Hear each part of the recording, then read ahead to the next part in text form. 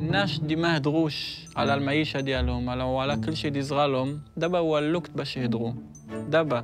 אני בגיל המדינה. עכשיו בת כמה אני? 78. אני בת 82. אני בן 86. 87. 88. אתה ב-91? לא, זה תוריד קצת. 85? פלוס. 90? פלוס. 94? פלוס. 95? פלוס. 96? עד כאן. נולדתי במשהד. נולדתי באלג'יר. הגעתי מתימן. אני מסוריה. לוב. עיראק. בבגדד. נולדתי בקזבלנקה במרוקו. אני חושב שהסיפור של ההורים שלי, של הדור שבא לארץ, מה זה לא סופר? הוא נמחק.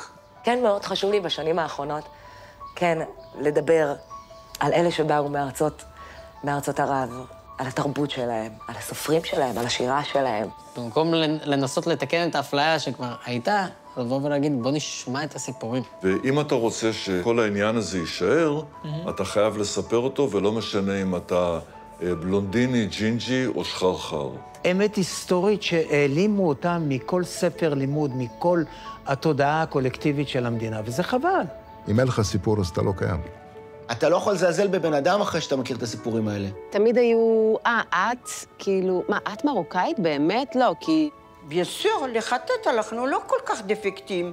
אנחנו אנשים בריאים, הכי בריאים בעולם אנחנו. קהילות הן בראש ובראשונה קהילות זיכרון. וכאן אנחנו בעצם עוסקים בהחייאת הזיכרון, אבל מתוך תיקון. למעשה, סליחה לא יכולה להתקיים בלי שכחה.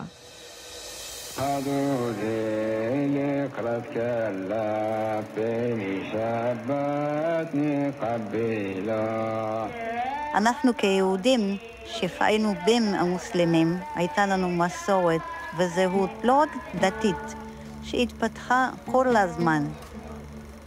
בחוץ לארץ כולם דתיים, אין חופשות. ברוך אתה אדוני אלוהינו מלך העולם. כולם הלכו לבית הכנסת, כולם עשו קידוש, כולם צריכים להיות לבושים דוגמניות. כי אימא צריכה להציג את מה שהיא עושה. היו כאלה ששמרים שבת, לא מדליקים אש, לא נוסעים, לא... כאלה שכן. היו מגיעים לבית כנסת בשבת, ואחרי זה הולכים לים, או לכדורגל. היו כופרים אפילו בעיראק. אם יש להם, נגיד, עזים או משהו, מוצאים אותם לראות אותם. בשבת. בשבת. שמענו שבת בצורה שלנו. עם רדיו וכל לא שומעים ברדיו גם. פה בארץ יותר אנשים עזבו את הדת מאשר שאבא שלי ראה יהודי בשבת עם סיגריה. הוא אומר, מה? חשב שהוא ערבי. חומה גבוהה הפרידה בין הרובע היהודי לבין השכונות הערביות. ברובע ניהלו היהודים חיי קהילה מלוכדים. העזרה לנזקקים התבססה בעיקר על רצון טוב. יש דבר אחד טוב בתימן. יש אנשים שרואים מישהו בקשיים, פרנסה וכל זה, מביא אותה. חבילות של חיטה, חבילות של שמו אותה בשקט. אף אחד לא יראה, אף אחד לא ידע. היה לנו בשכונה איש שהיה עיוור, ולא היה לו אף אחד. היה מתפלל עם אבא שלי בבית כנסת. אבא היה אומר לי ולאחותי, בשעה זו וזו תעמדו ליד בית כנסת, שתביאו אותו לשם לבית. יאכל איתנו בבית. אני מהיד הזאת והוא מהיד הזאת, מלווים אותו עד הבית. אוכל, שותה, נשאר כל היום, בערב שוב, אנחנו מלווים אותו לבית. אצל הסבא הרבא מצד אמא, הרב יהודה פתיה, אז כבר האמא שלו הייתה עופה כל בוקר את הפיתות הגדולות האלה, הבגדדיות. כל בוקר הייתה מוציאה כזאת ערימה ושמה את זה על הכיסא בחוץ. מי שרצה לקח, זאת אומרת, יהודים או ערבים. אם הייתה מישהי מתאלמנת, אז ישר מגבית ועניינים. היא מבשלת, היה לוקחת להם. אחד היה עושה אורז, אחד היה עושה אפונה וגזר, אחד עושה עוגיות. לא כמו בארץ, אחד נגד השני.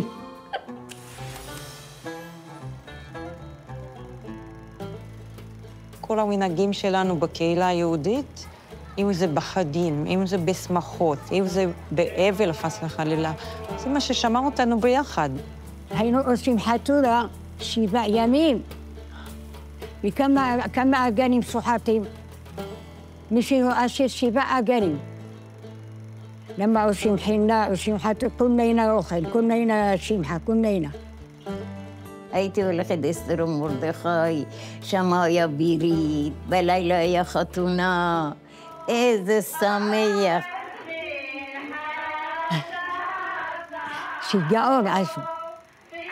עושים אוכל ומחנקים לכל העיר, שיטעמו את הקוסקוס הזה עם בשר עם הפות.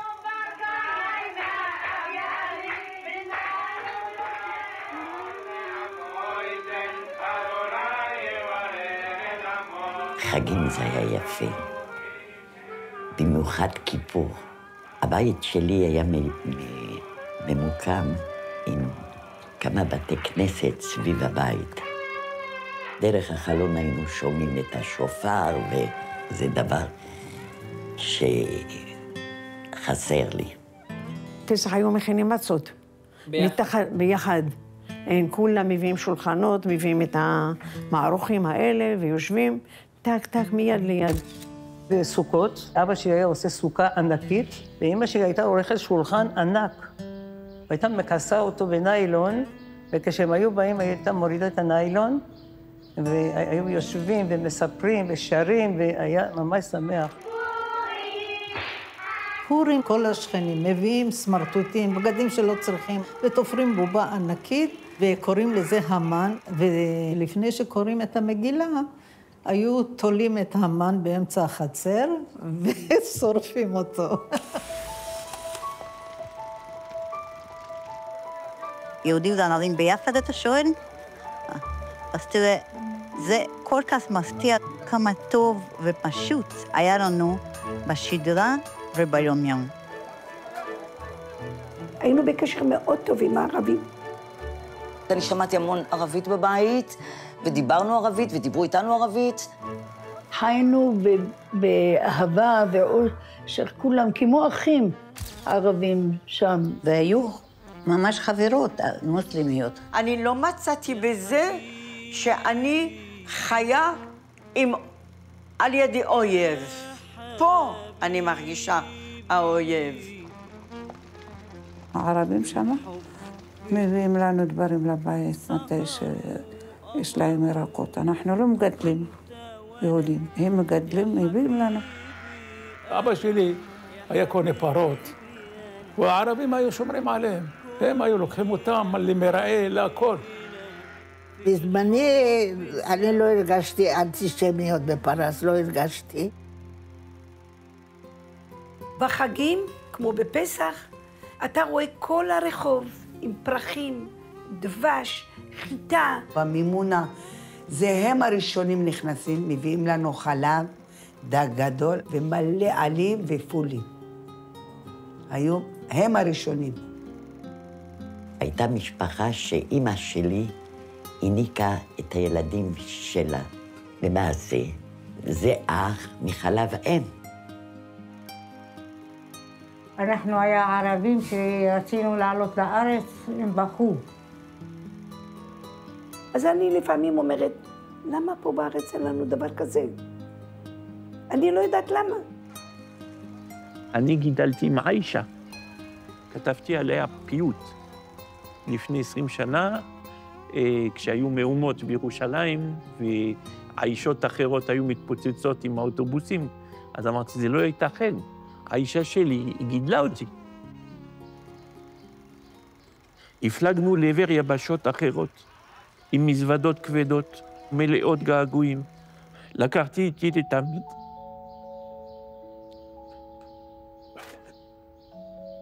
ירושה קדושה, את חיוכי, את קבר.